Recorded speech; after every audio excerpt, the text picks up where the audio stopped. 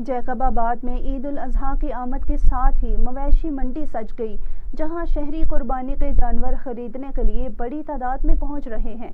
इस हवाले से मजीद देखते हैं इम्तियाज मस्तूई की इस रिपोर्ट में। जैकबाबाद में ईद उल अजहा करीब आते ही मवेशी मंडी में गेमा बढ़ गई।